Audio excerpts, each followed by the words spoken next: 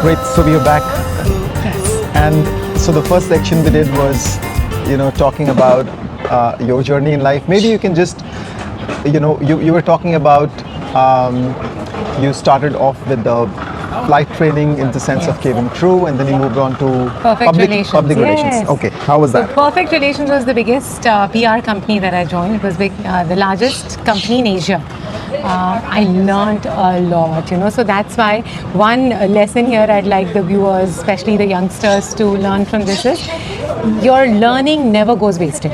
It never goes wasted, so be it cooking that you're learning at home or any field that you're learning, whatever, and maybe at that point in time you feel, oh, this is not for me, but the stuff that you're learning in the process will help you in life somewhere, somehow. And that's what happened with PR as well. So it was a very tough place to be in.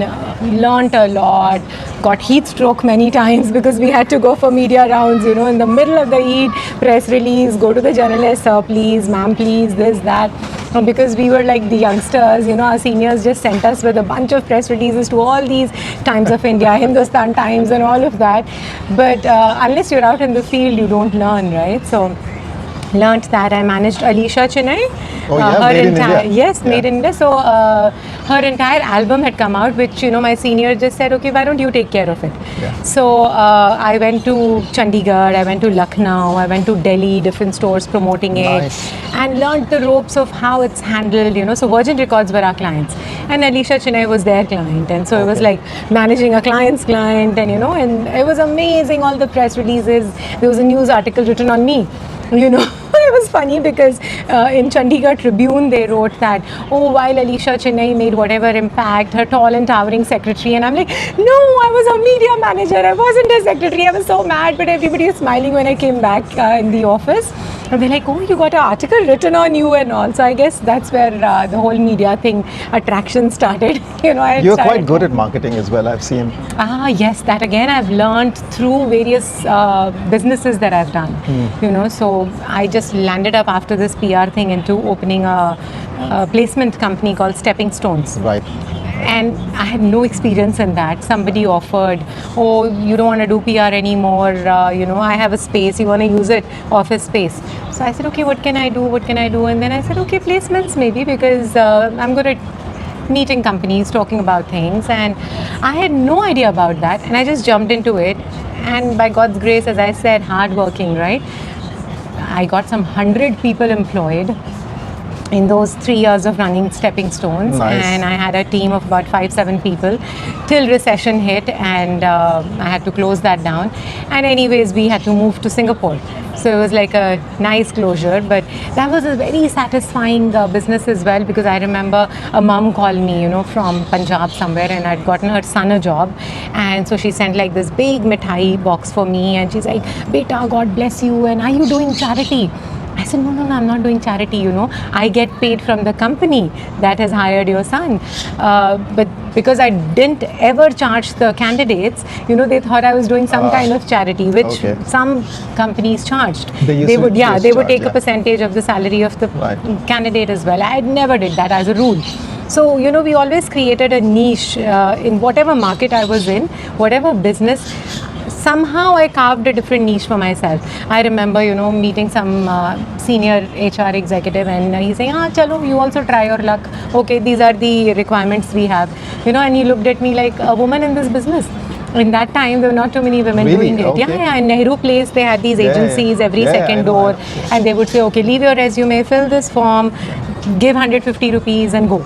And I would feel so bad that people who are either looking for better prospects or are jobless right now, you're asking them to pay money, which we never did as a rule again in Stepping Stones, So that was again a different identity we carved for ourselves, and as a result, people would refer to us, go to Stepping Stones, they are sincere and dedicated about what they're doing.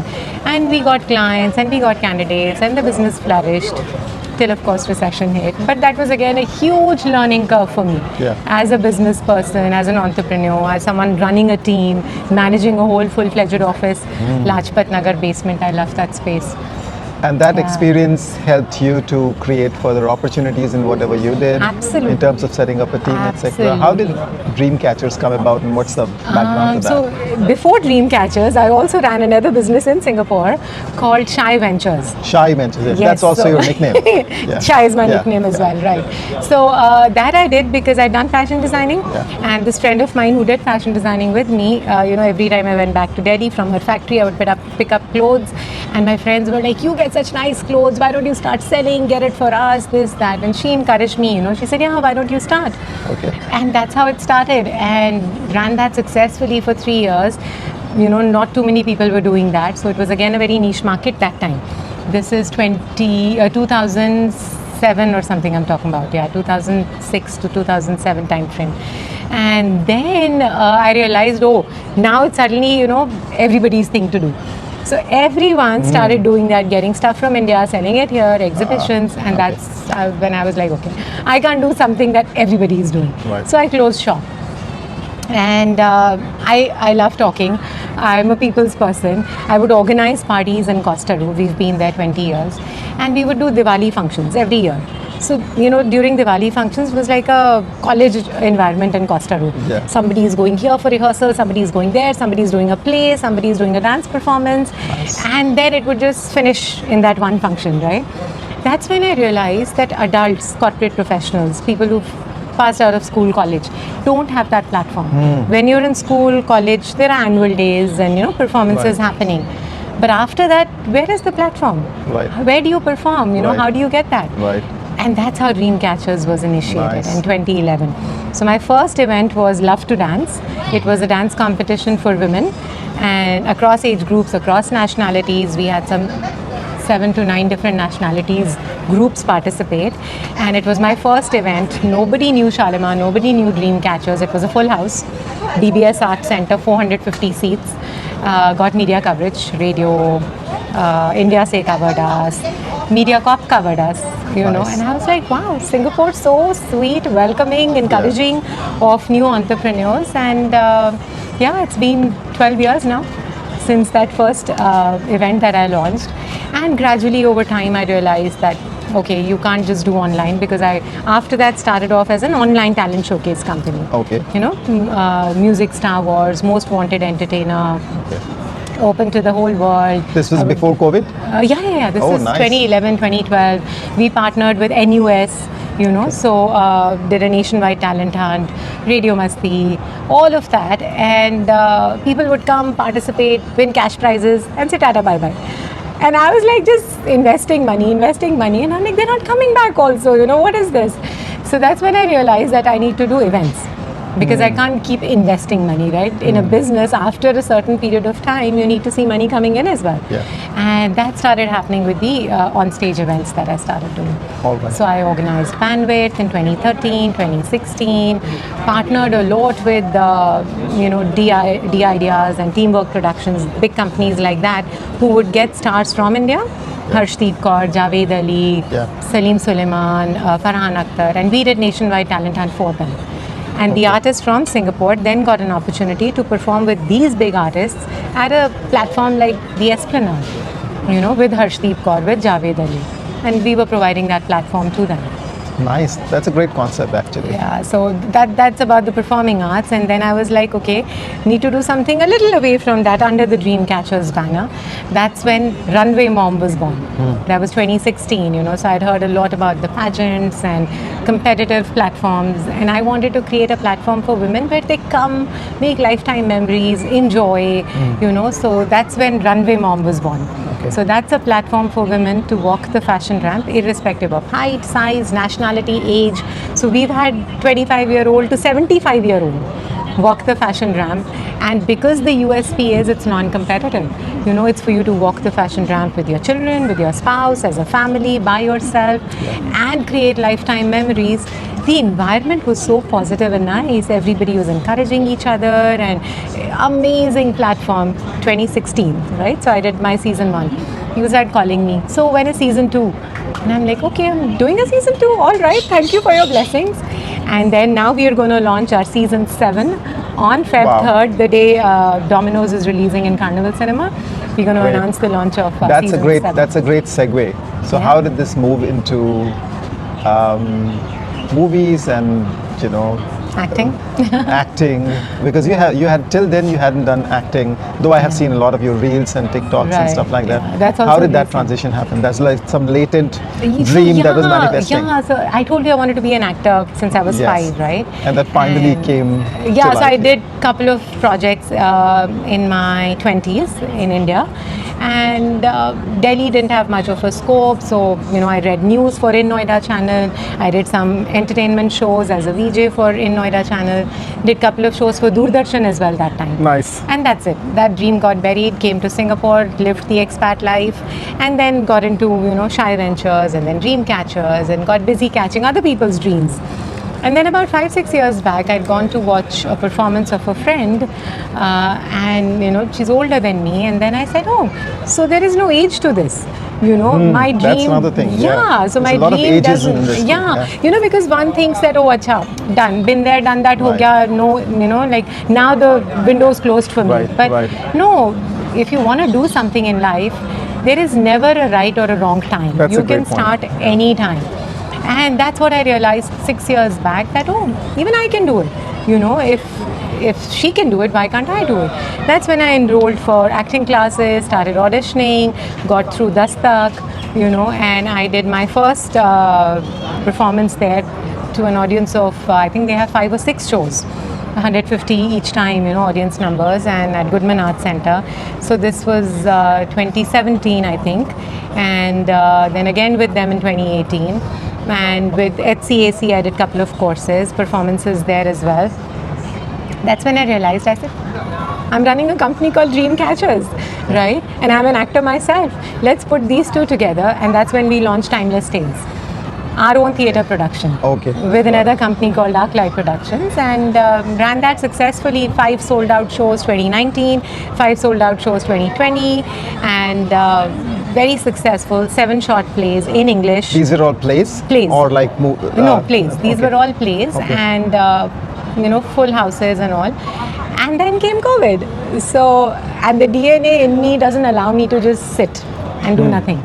So when we did Timeless Tale season 2, COVID had just started then, So in fact, we had to follow all the protocols and health declaration forms and temperature check and all of that, and it was very stressful time.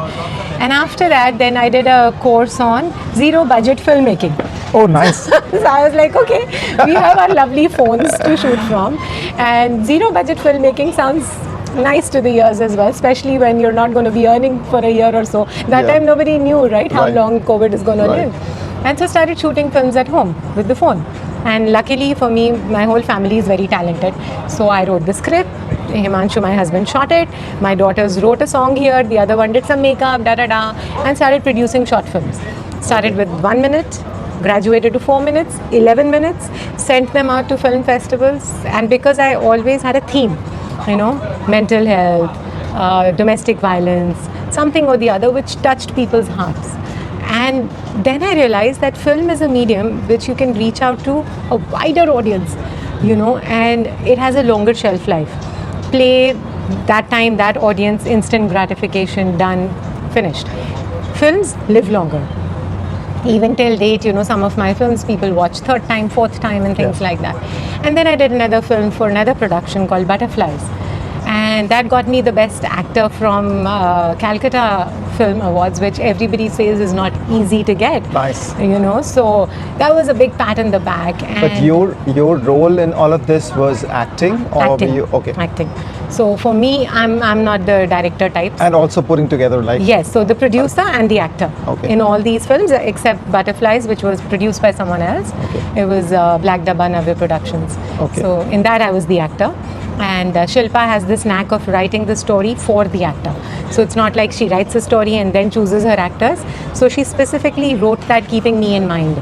And I was like, wow, that's interesting, because I don't know if you've seen Butterflies. I vaguely remember, yes. Right, so it's about loss and all that, and a very deep role. And I had done comedy roles before that. Yeah. And I was like, you saw me perform comedy in all these plays, Yeah. and then you wrote Yeah. this for me. Yeah. She said, yeah, because I know you have the potential. And I just loved getting into that, zone, and also because people know me for my TikToks, Yeah. So I was just- about to yeah. come on that, because on one hand, when you see your short reels and your TikToks. short videos, basically, and TikToks, it's a very funny kind of thing. But when you see your short films, I've seen one on mental health. Right. That one is a really short one where you're sitting by the window and Yeah, just the flip whole side. thing is flip Yeah, side. flip That's side. also got you kudos. Butterflies, of course, and of course Caged. That was Caged, on correct. mental health. So how come the slightly longer format or the short movie is more towards issue based, right. whereas your TikToks, like, how does the whole spectrum work? So the films are part of Dreamcatcher's productions, right? So, and that gives me a chance to showcase my talent as an actor. Yeah. TikToks are purely for myself. Oh, TikToks are okay. my stress busters, Yeah. when I'm like working too hard, when I'm literally putting in 12 hours a day.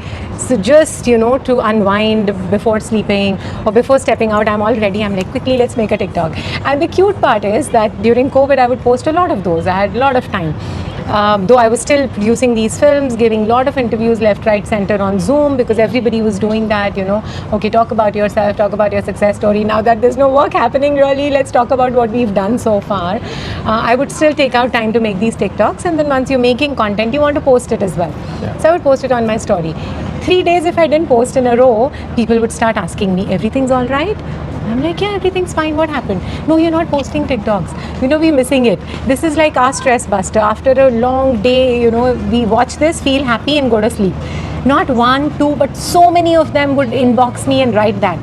And then I'm like, oh, so I'm doing this as social service. I'm making people smile and laugh, and in the process, it gives me so much gratification. So why not? And we were also talking about this. What do you think about this trend of short videos taking over and people's attention spans and decreasing versus long form Yeah. video making, just like the one that we are doing right now, Yeah. or maybe even movies?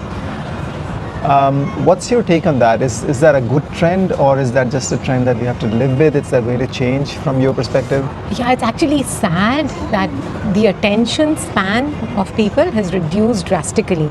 So, what people, even myself, if it's anything long, I'm like, oh, I am going to watch it. It is on my to-do list, or, to do watch things, but not right now. Because you're always doing something or the other, right? Whereas if it's a 15, my dad forwards a lot of videos. He's very fond of sending content which he likes, so he'll forward it in the family group. So I'll quickly see if it's a 15-second, 30-second thing, okay, I'll watch it right now. But if it's slightly longer than 3 minutes or something, I'm like, okay, later. And I don't know, that later never happens. So I think people feel pressed for time since they're managing home, they're managing work, they're managing social life. There's too much demand on everybody's time. So I think instant gratification, short videos, watch, finish, done, over. But you know what? A contradictory thing to this is, if you look at Avatar, that's like a 2.5 hours movie.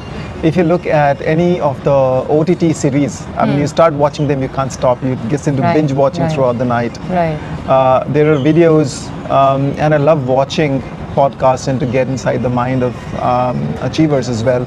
There are lots of those. Look at Joe Rogan show internationally, or even in India, there are lots of them coming up, which are quite long form. You look at Lullen Top, 2 hours long. You know, just getting to know the artists, and in a way I'm inspired by them, and that's why I'm trying to do that. So it's kind of a dichotomy. It's both ways. I think from my perspective, the short form videos become a great promotional vehicle for the bigger format, because then you're more invested in them, but you've already got like small snippets of life from someone, and people are also more into authenticity nowadays. So I think with these small videos, maybe you can get to see an authentic side of people.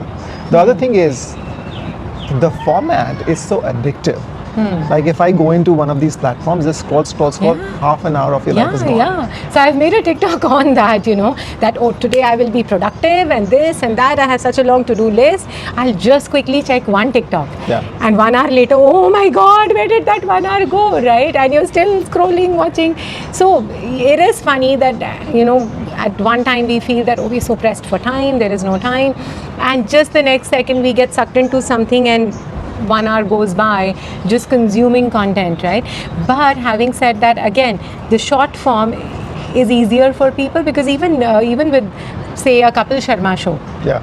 it's a 40-minute yes. or a 1 hour show, but they have those short funny and this just snippets puts you in in. Facebook, right? So I Exactly. watch a lot of Facebook videos or Insta videos, and those short ones, so it's 5 minutes, 7 minutes, 11 minutes, while you're getting ready, you're working, whatever, it's playing at the back. And because it's comedy, you don't even Yeah. need to watch, you can just listen. Or even podcasts for that matter, so I listen to a lot of podcasts from all sources, be it spiritual, or inspiring personalities, just like you mentioned, and that gives me my yes, get up, go, Yeah. do something, Yeah. kind of thing. Absolutely. And that is a must do thing for me. So every day I need to listen to something inspiring, something that's going to change my life, something that adds value to my life. Can you just, for the benefit of us and other viewers, just name a couple of them that you like, that you'd want other people to listen to? Yeah, sure. So I listen to Tony Robbins. I listen to... That's motivational speaking? Yeah, motivational speaker. There are a lot of these women motivational speakers. I can't recall their names right now, but as they keep showing and you start listening, more of those will show. Yeah. There's this Gretchen Rubin, Okay. author also, I think, and she has podcasts and videos. Then I listen a lot to Sister Shivani. Oh, yeah, So a yeah, lot of yeah. my wealth of knowledge comes from that. Yeah. How to be, how to conduct yourself. So one thing that I always often try and live by and tell my kids as well is hold the remote control of your life in your hand. If somebody comes and says, oh, you're looking fabulous, you're like, hey, thank you. Next minute somebody comes and says, what are you wearing? You look horrible. And then you're like all down in the dumps. So what happened to your personality of knowing what you are, being how you are, right? If you keep turning and tossing around the way people want you to, then you're not holding on to your personality. So I try and keep the remote of my life, my emotions, my well-being in my hand. So I don't sway easily with, oh, I'm doing so great in life, or oh, things are not working out in life, or oh, people love me, or oh, people hate me. It doesn't matter because I know who I am. And I know what I'm doing for you. I know how sincerely I'm working, right? So beyond a certain point, anybody's opinion doesn't matter. Great. Be it good or bad, doesn't matter. I'm quite thick that way. So. Nice. That's your favorite podcast. And we are going to come on Dominoes. But before that, some of your favorite Netflix or OTT shows. What have you been binge watching lately? Watch anything. In fact, my daughter was saying, you guys sometimes watch such gory stuff also. Like, I love Gehraiyan, that film, right? Okay. Deepika Padukone. Okay. Yeah. So I was like, watch it. And she saw it. She says, oh God, I hated it. I just love funny shows. I don't like this. So my go-to favorite thing on Netflix is Friends. I can see it That's still number one. That's still N number Yeah. of times. Yeah. The same episode I can watch like 50 times. I'll Yeah. never get bored. Yeah. I love Friends. I love court scenes. So any crime thriller, unless it's too gory for me, Yeah. I love court scenes. So I love watching those kind of things. I love meaningful stories. Stories which have an impact, but at the same time are not preachy, which Dominoes is all about. Yeah. It's about women empowerment. It's an entertainer, Okay. and the underlying theme is women empowerment, Okay. but we are not preachy at all. So everybody's going to come, watch, enjoy it, and not feel like, oh, we were trying to give a very strong message or anything. Okay, They'll take the message if they want to. I can feel your excitement to talk about yes, it. yes. So talk about it. What's So- Dominoes? What's the concept? so How did you bring the Dominoes- team together? Right. So as I said, I did a lot of these short films, right? Yeah. And then I was like, okay, things are opening up, well, kind of, in Singapore because it opened quite late. But let's dream big. If we can do short films, why not do a full-length feature film? Okay. And when I had that thought in my head, I couldn't sleep the whole night. I was so excited. Then I reached out to ZTV team. And we've worked together on a lot of projects. So Runway Mom season 5, season 6, and now season 7, the co-producers with me. We did Superstar Singapore, iVenture, a platform for entrepreneurs. These are all co-produced by Dreamcatchers and ZTV. And we did Bali Sagu as well, right? So when I had this idea... He owns a restaurant here in Singapore, right? Does he? I don't know. We did it in Monty.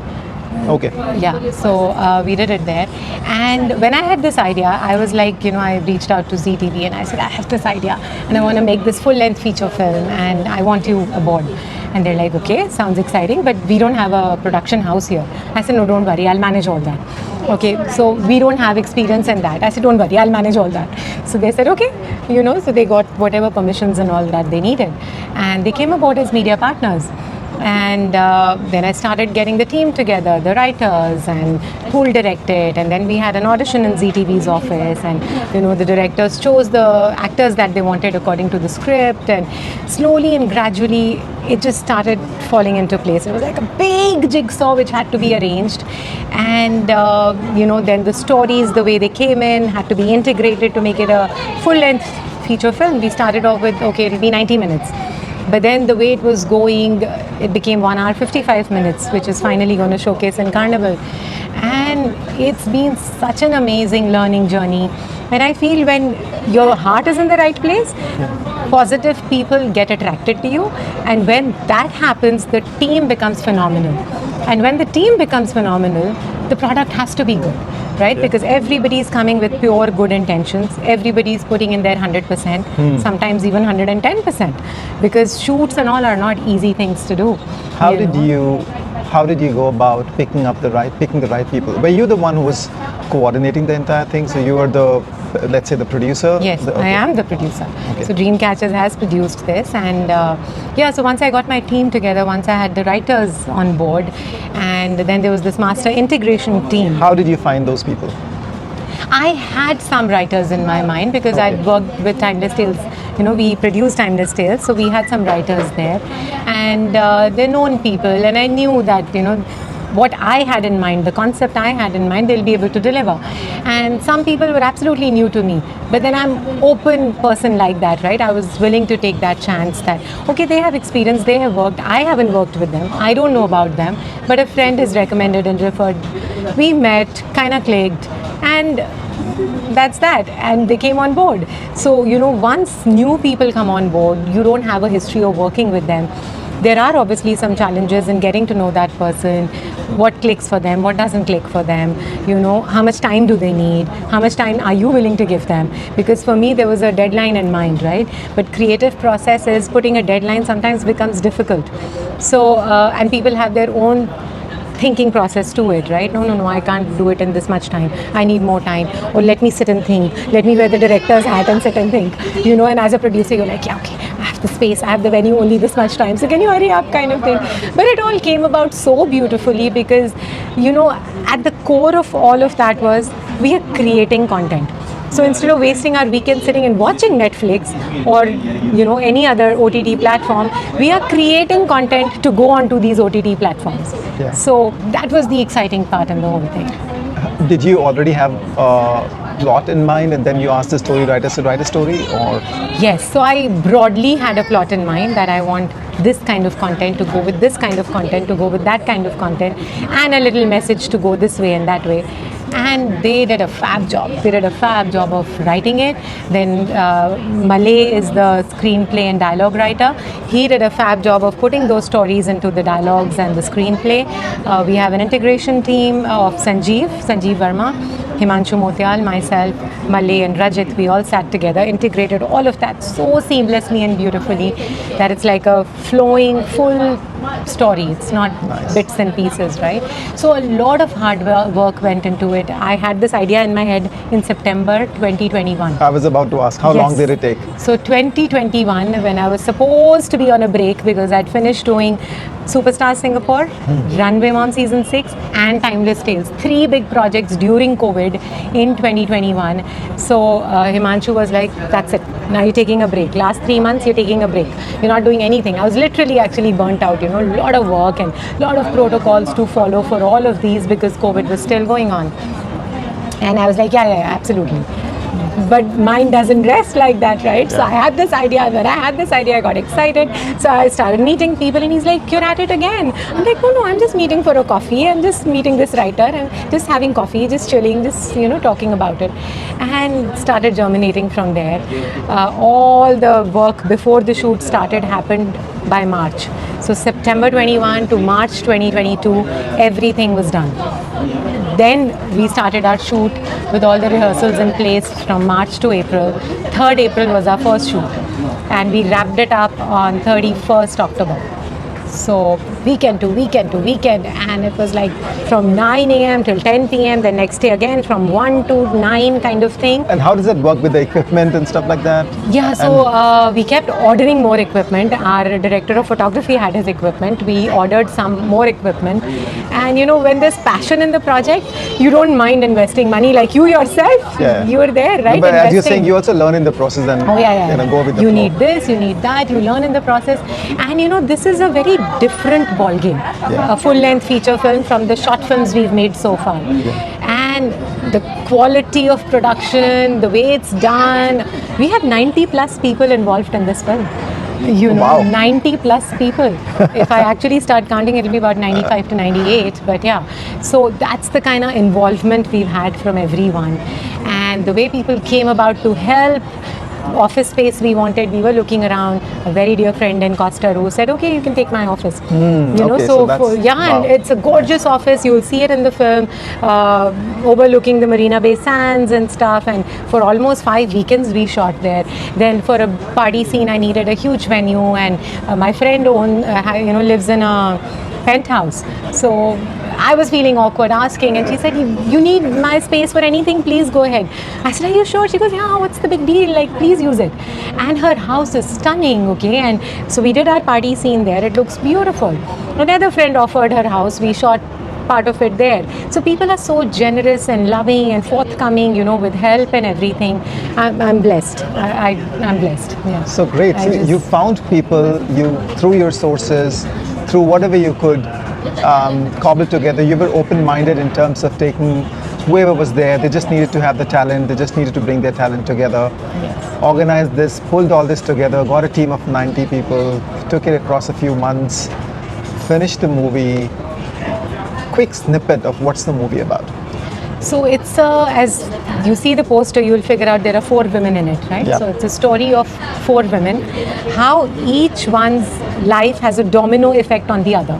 And that's how the name Dominoes comes. Nice. Yeah, and so there are 12 lead actors with 4 women leads in it, and total cast and crew is about 90 plus people.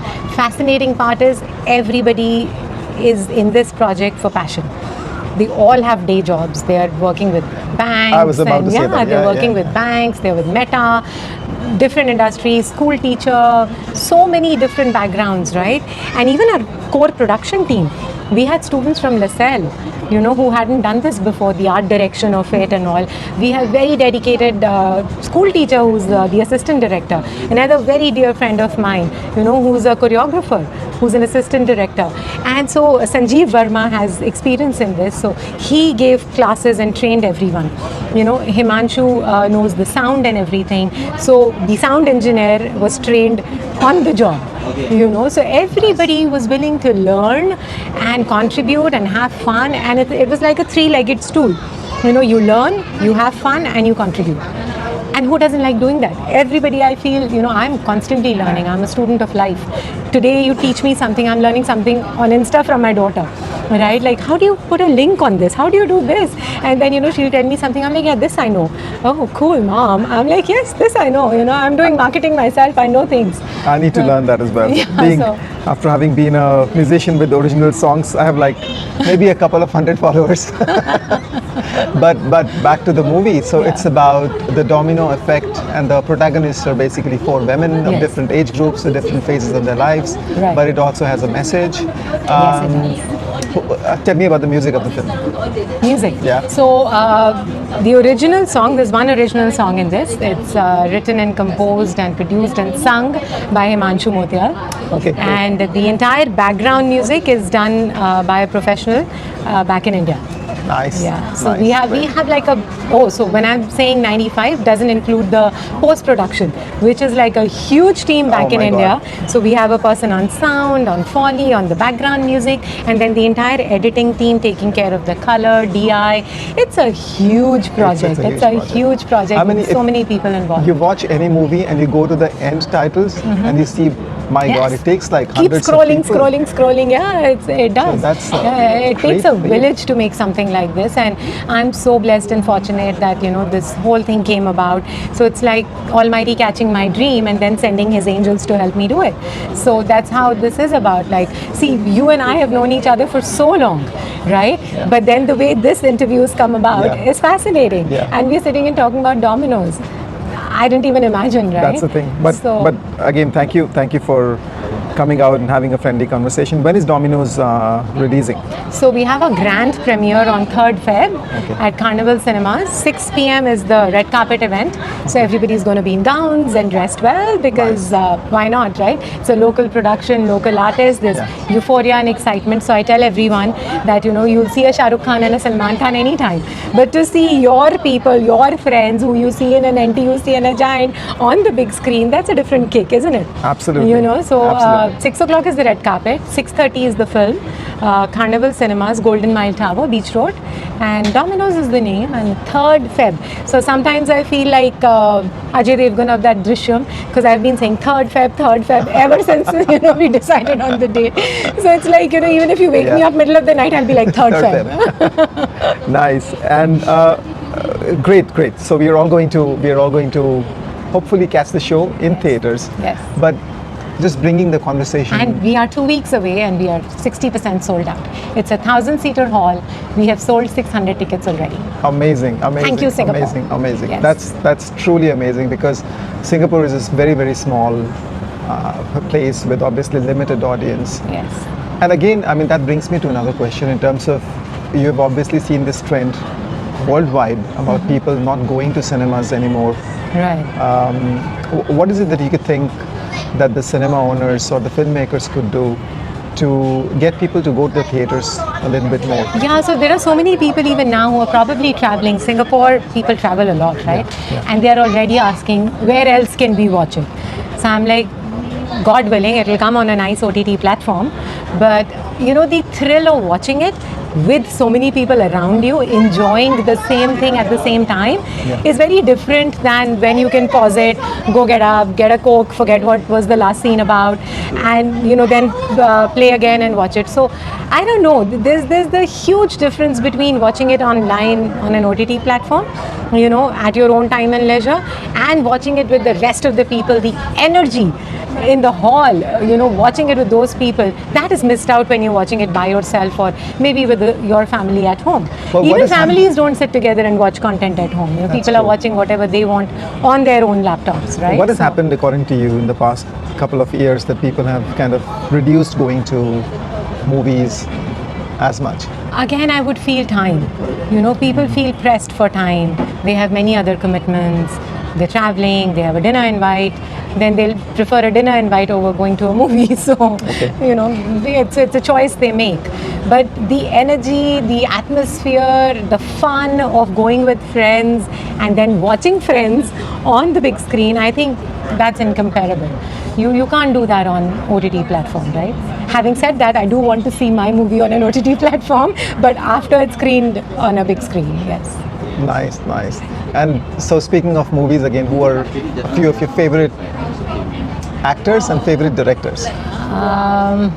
Favorite actors, definitely Jennifer Aniston. I love her. She's phenomenal. Tom Cruise, George Clooney, Amir Khan, Shah Rukh Khan. I don't know if he's great at acting, but I love his wit. I love his presence. Off screen he's great. Yeah. He's great, in his interviews, and his wit is amazing. Oh yes. And his sense of humor, I just love that. Who else? Deepika Padukone's amazing. How about directors? Directors, I love that. What's this guy's name? Dil Chahta Hai. Dil Chahta Hai is Farhan Akhtar? Farhan Akhtar. Yeah. No, he didn't direct. Didn't he? No. It's that other guy. I'm forgetting. I have his face in front of my eyes.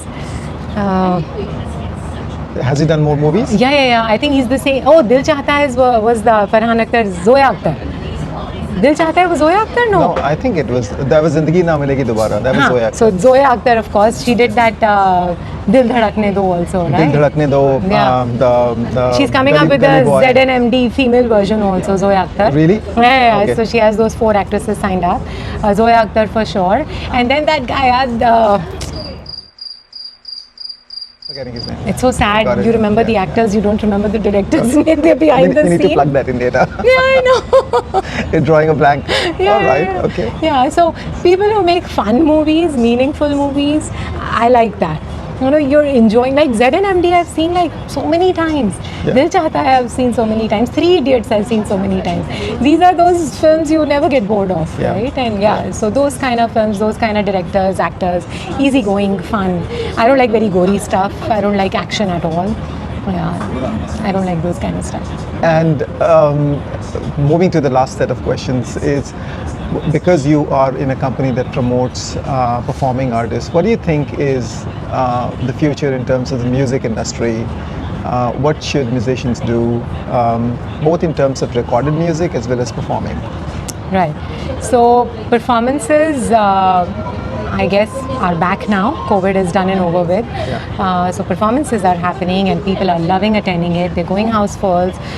Because as I said, nothing beats the energy of people coming together and enjoying, be it a concert or a show. You know, that euphoria, excitement is different. Yeah. You know, even before you go to the show, you're getting ready, you're making plans with your friends, what are you going to do after the show. So there's this whole industry that goes with it. You know, you're going for drinks, you're going for dinner after that, and the whole thing, your weekend plan and stuff. And in terms of recorded music, I think it's become easier. My daughter goes to Berkeley, she's a music student. So to produce your own album and then put it on Spotify and other platforms. So that's become easier, you know. Earlier it was like, oh my God, only few people could become singers and then have an album published and this and that. But it's become much easier. People are even recording at home, creating little mini studios at home. So I think that's easier. But having said that, there are so many talented people all over the world.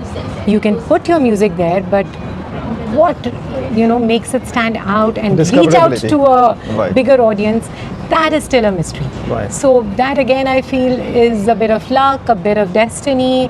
People have written millions of beautiful songs, but some get picked up and get viral and going, and so one can't predict that. Absolutely. But there's space for everyone, I feel. I've done that before in terms of making like a full-length music video, actually going to different places in Singapore, doing a recce myself. I've seen that. Buying stuff in terms of equipment to shoot myself with. There's one where I shot completely by myself. Okay. The whole video shot completely by myself. There's no one around. Okay. And then starting off with Apni Bhi Life, where I just went on, recce'd the place. Put this on the different social media channels. I want a girl to work with me, because the concept was that there's these people who are like corporate people, right? But then they're kind of quite frustrated with their life and they want to do something else. Right. So it was a dream sequence in between. I just wanted to make it very Bollywoodish. I remember, yeah. So I just got posted in on forums. One nice little Singaporean, some college girl, I think she agreed to do this with us. Right. So we had to take them along with us, do a little bit of dance sequence, got chased away by security guards, and then made the full thing, learned video editing, put this out, and then hardly any views. There was another one where I did this rap song called Khuddar, where I just bought a green screen behind me, put in all the filters, and shot that entire video. Wow. And that video has come out so well. Nice. But again, send it to me. I'll put it on Dreamcatchers. Yeah, I mean, original music takes a bit of a time to take up. It takes time. It needs a lot of marketing. It needs a lot of push. The discoverability is a The discoverability is an issue, and Singapore being a small country, again, it limits your options even more. Yeah. So you need to know which platforms to reach out to out of Singapore. Correct. For it to get discovered, and yeah. That's the PR person in you speaking. Yes. Yeah, so all of that has helped me, So this film, I'm absolutely marketing on my own. I don't have an agency doing that for me. That's great. Yeah, that's fun. Yeah. And it's fun because you learn, you figure out what works, what doesn't work, and it's fascinating. Every step of the way there is a learning in this film because it is way bigger than what I'd started it out. You know? Yeah. So Himanshu always jokes. He says, "With you jump first and then you make the parachute as you're falling." You know, I'm like, yeah, because if I keep thinking, oh, I need this, I need that, I need this, it'll never get done. Yeah. You know, you need to take that plunge, and then by God's grace, things do work out. Yeah. You know, because if you try and line everything and things are going to not work sometimes, right? And then what do? You never start. Yep. It can't work like that, right? Absolutely. Well, great. All the best for Dominoes, and I'm sure it's going to do well. Thank you. You've been such an inspiration to many people. I was just about to ask you if you had to, as a parting shot, if you had to summarize your personality in terms of hashtags, what hashtags would you give yourself? I know a couple. Okay, so hashtag hardworking, hashtag never say die, hashtag positive attitude, incorrigible optimist, absolutely incorrigible optimist, people's person. I get my energy from interacting with people. Simple, easy Great. going. I totally agree with all of that, and I'll Thank you. add one more. After today, you're a storm chaser. Oh, thank you. So okay, let's call it a day now. Thank you so much for being here, and maybe we'll continue the conversation at another point of time. All the best again for Dominoes. Thank you for watching, guys. Thank you so much.